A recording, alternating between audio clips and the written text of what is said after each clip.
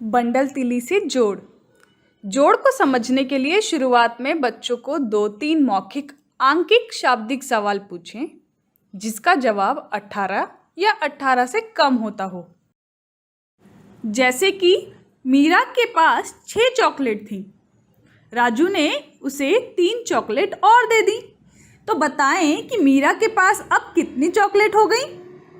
सवाल पर बच्चों के साथ मौखिक चर्चा करें और बच्चों को प्रोत्साहित करें। फिर शाब्दिक सवाल को लिखित रूप में भी करवाएं। चलिए ये करके देखें। जोड़ के शाब्दिक सवाल बोलते हुए बोर्ड पर लिखें, फिर उंगली रखकर एक बार और पढ़ें। जैसे निशा के पास 26 आम थे, राजू ने उसे 15 आम और दे दिए, तो बताएं कि निशा के पास अब कितने आम हो गए। 3-4 बच्चों को भी सवाल पढ़ने को कह सकते हैं। शाब्दिक सवाल की समझ बनाने के लिए बच्चों से 4 सवाल जरूर पूछें। पहला सवाल, सवाल में क्या जानकारी दी गई है? निशा के पास 26 आम थे, राजू ने उसे 15 आम और दे दिए। दूसरा सवाल, सवाल में क्या पूछा गया है?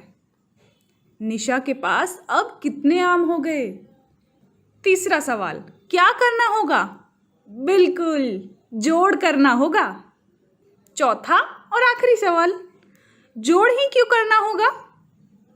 क्योंकि निशा के पास चीजें बढ़ रही हैं, इसीलिए जोड़ करना होगा। जमीन या फर्श पर बंडल तिल्ली का फ्रेम बनाकर शाब्दिक सवाल हल कराएं।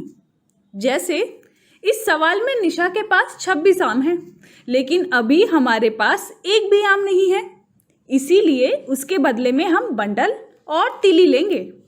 इस तरह 26 में 2 बंडल और 6 तिल्लियां होंगी।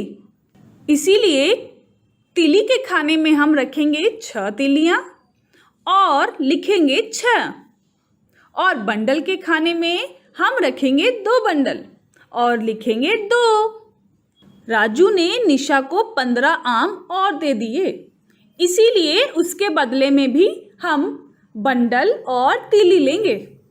15 में 1 बंडल और 5 तिलियां होंगी। तिली के खाने में हम 6 के नीचे 5 तिलियां रखकर 5 लिखेंगे, और बंडल के खाने में 1 बंडल रखकर 2 के नीचे 1 लिखेंगे। मिलाने को जोड़ कहते हैं। बच्चों को जोड़ के चिन्ह की पहचान कराएं। साथ ही बच्चों को यह नियम भी बताएं कि हम जब भी जोड़ या घटाव करते हैं तो तिलियों की तरफ से करते हैं। इसीलिए सबसे पहले हम 6 तिल्ली में 5 तिल्ली को मिलाएंगे, यानी 6 में 5 जोड़ेंगे। 6 तिल्ली में 5 तिल्ली को जोड़ने पर कुल 11 तिल्लियां हुई। 11 तिलियों में 1 बंडल और 1 तिल्ली बनेंगे, इसीलिए तिली के खाने में 1 और बंडल के खाने में ऊपर की ओर 1 बंडल लिख लेंगे। अब हम बंडल को बंडल के साथ जोड़ते हैं। बंडल को बंडल के साथ जोड़ने पर कुल 4 बंडल बने, और यहाँ बंडल के घर में 4 लिखेंगे। इसका मतलब निशा के पास 26 आम थे, राजू ने उसे 15 आम और दे दिए। अब निशा के पास 41 आम हो गए। इसी प्रकार के शाब्दिक सवालों का बच्चों से अभ्यास करवाएं। बच्चों की पक्की समझ होने के बाद उन्हें शाब्दिक सवाल को फ्रेम से बाहर भी हल करने को कहें।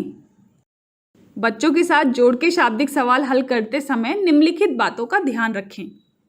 बंडल तिल्ली देकर बच्चों को छोटे छोटे समूह में शाब्दिक सवाल हल करने को कहें। बंडल तिली की समझ होने के बाद बच्चों को इकाई दहाई से भी परिचित कराएं। कुछ दिन बाद शाब्दिक सवाल की अवधारणा की समझ के लिए अलग अलग पैटर्न के सवाल बच्चों को हल करने को दें।